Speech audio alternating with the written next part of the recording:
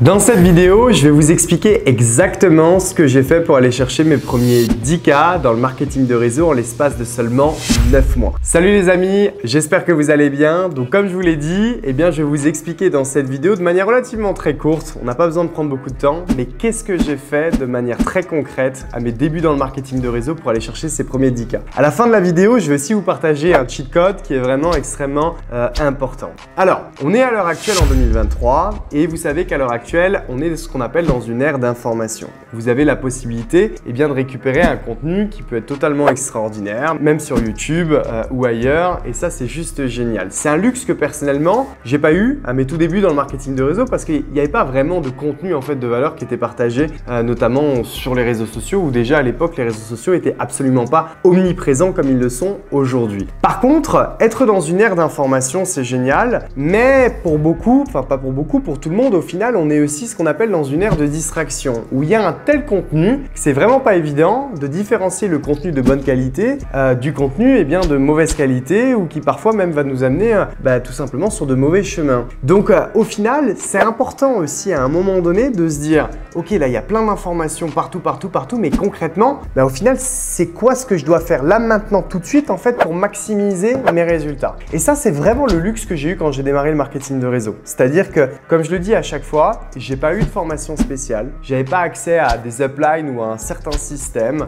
Quand j'ai démarré, je me rappelle juste de la personne qui m'a parlé de ce business-là. Comment est-ce qu'il m'a parlé de ce business-là? Qu'est-ce qu'il m'a dit? Qu'est-ce qu'il a fait quelque part? Et du coup, quelle est l'interprétation que j'ai eue personnellement pour obtenir des résultats dans le marketing de réseau, des choses que je devais faire. Et en fait, comme je le dis à chaque fois, pour moi, avoir du succès dans le marketing de réseau, c'était juste au final présenter l'activité. C'est-à-dire que je ne savais même pas, je me rappelle à l'époque qu'il y avait des formations et au final, est-ce que c'était même un métier? Au final, je savais pas vraiment. Donc j'étais juste dans un mode où j'étais étudiant, j'avais pas beaucoup de temps et je m'étais dit voilà, il y a des produits, il y a un plan de rémunération, il y a un business model et grosso modo, je dois mettre des gens en face de cette opportunité. C'est la seule chose que je dois faire. Donc la vraie question que j'ai eue, c'était de me dire, et je me rappellerai toujours, comment je fais pour pouvoir voir le plus de gens possible en face de moi, mais en un minimum de temps. Pourquoi un minimum de temps? Parce que j'avais des études. Donc j'étais à temps partiel.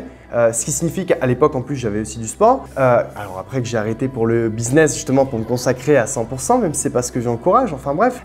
Mais je m'étais dit, donc tu es étudiant, tu as peu de temps. Comment tu fais, au final, pour faire ce qu'il a fait avec toi, mais de manière juste beaucoup plus massive, mais simplement le soir. Et en fait, toute ma stratégie, tout mon focus journalier, n'a été que là-dessus. Et je parle de focus parce que c'est important, parce que là où vous mettez votre focus est là où aujourd'hui vos revenus vont grandir. Et parfois, certains mettent leur focus un peu n'importe où et n'importe comment. C'est-à-dire qu'ils se forment à droite, ils se forment à gauche, ils se forment en face, ils se forment de telle personne, ils se forment de ceci, ils se forment de cela, ils veulent se professionnaliser sur l'industrie avant de faire n'importe quelle action pratique et ils s'étonnent quelque part qu'il n'y a pas de revenus. Moi, la seule chose que j'avais faite, c'était comment je peux voir le plus de gens possible en un minimum de temps et 100% de mon énergie n'était que là-dessus. Et donc, je me rappelle encore une fois que chaque jour, la seule chose que je faisais, j'invitais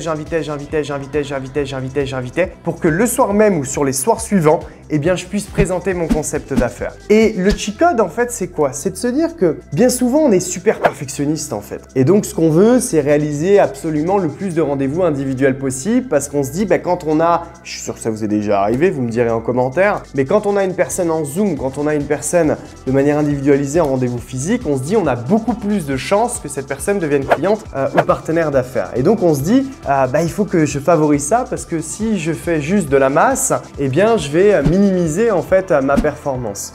Et en réalité, c'est une erreur d'être perfectionniste parce qu'à un moment donné, si vous voyez que 3 personnes par jour, au mois, vous voyez que 90 personnes, vous avez que 90 potentiels clients. Moi, ce que je m'étais dit, c'est je comprenais pas à l'époque pourquoi est-ce que les gens pouvaient ne pas démarrer. Pour moi, ça faisait pas de sens. C'est-à-dire qu'on m'avait présenté ce concept d'affaires, c'était tellement unique que je m'étais dit, mais tout le monde va démarrer, c'est impossible de pas démarrer. Comment tu pourrais ne pas démarrer à ce business model? Donc moi, c'était même pas dans ma tête. Donc du coup, j'invitais tous les jours, pour soit le soir même ou les soirs suivants. Mais ce que je faisais, et le cheat code, c'est qu'en fait, je faisais un maximum ce qu'on appelle d'home event et d'event. C'est-à-dire que je prenais pas de rendez-vous individualisé. Je faisais même aucun rendez-vous individualisé parce que j'avais pas de temps. Mais par contre, j'invitais absolument un maximum de gens sur une horaire, un endroit, une soirée au même moment. Ce qui fait que chaque soir, personnellement, je présentais le business, je dirais entre minimum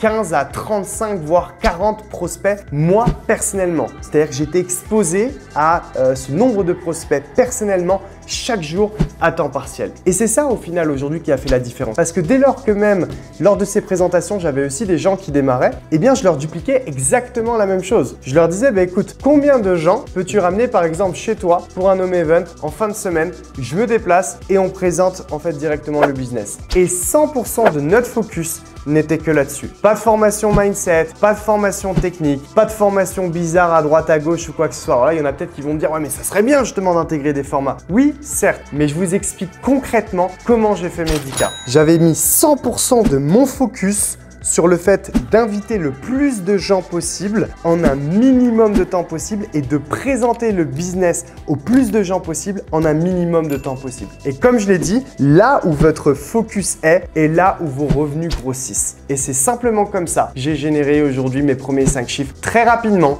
dans un plan de rémunération absolument pas évident au bout de 9 mois dans le marketing de réseau.